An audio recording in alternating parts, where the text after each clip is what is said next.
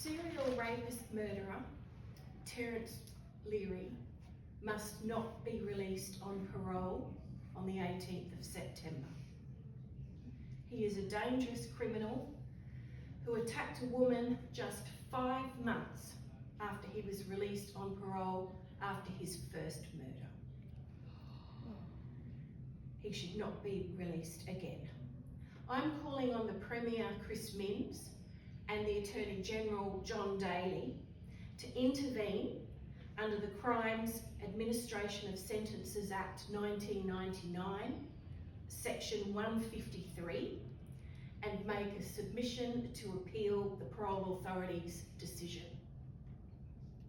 Additionally, I'm calling on the government to ensure Terrence Leary is made a serious offender, the subject of a non-release recommendation under Section 154. This class of prisoners can only apply for and be released on parole if the offender, 1, is in imminent danger of dying, 2, is incapacitated to the extent that they no longer have the physical ability to harm another person, and 3, have demonstrated they don't pose a risk to the community. Just a bit of history. Section 154 was brought in by the Labor Carr government in 1999. And the purpose of it was to keep the rapist murderers of Anita Cobby, Janine Balding, and Virginia Morse behind bars. They all got life sentences, but the laws were changed to then enable life sentence prisoners to have a non-parole period set. The same thing happened with my sister's rapist murderer, Jonathan Bakewell. He initially got parole, life no parole, and then they changed the laws and released him.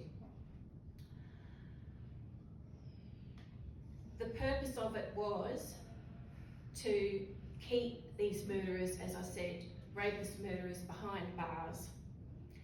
This legislation was subsequently adapted in Victoria to keep the Hoddle Street massacre murderer, the Russell Street bomber, Craig Minogue, and also serial killer Paul Denyer behind bars in 2023. I also fought that campaign to have the law updated to add Paul Denyer. In 1990, 17-year-old Vanessa Hosen was asleep in her family home in Sydney's northern suburbs when Terrence Leary broke into her bedroom, tried to rape her, and when she fought back, he bashed her to death with a hammer. He then dragged her naked body out the bedroom window and dumped it in a car park, public car park nearby. This was a despicable crime that should have received a life sentence with no parole.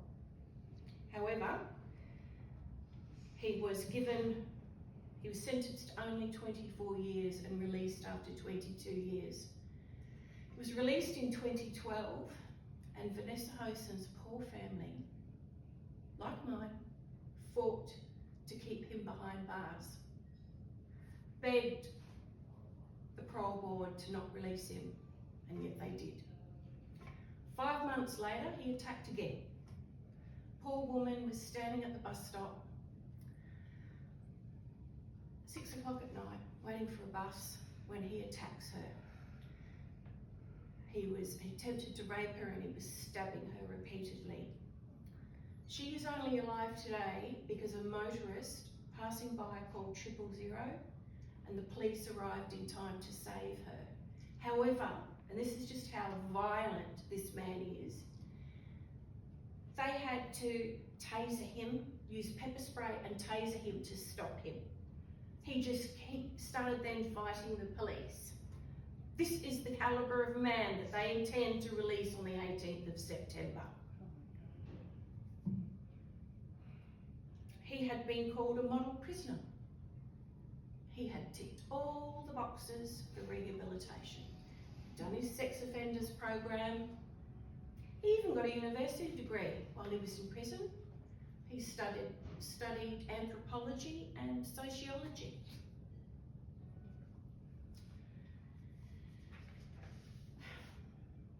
He has demonstrated rapist murderers cannot be rehabilitated and they should never be released.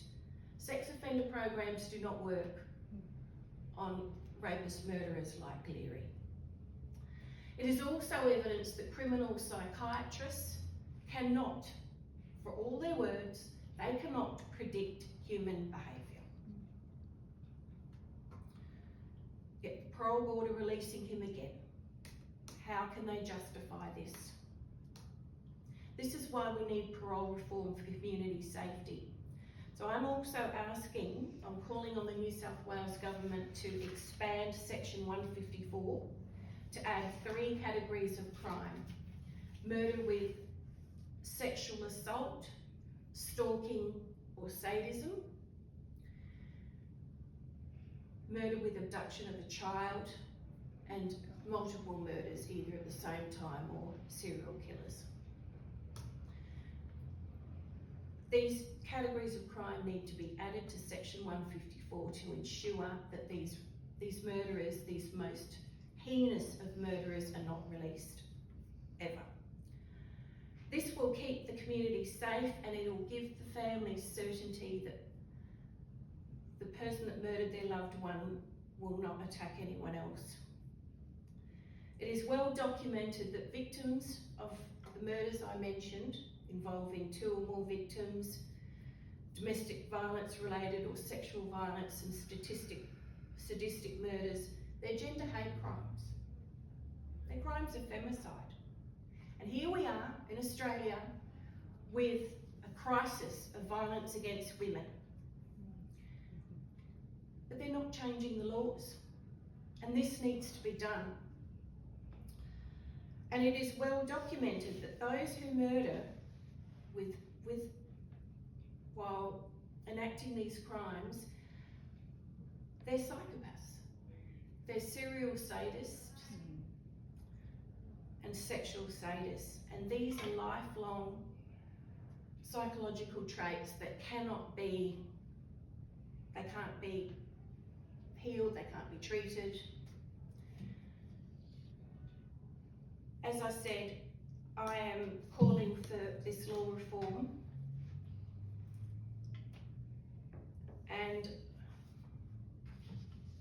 I say again, women in the community have a right to be safe from these dangerous murderers, and victim families have a right to have certainty and some sense of peace.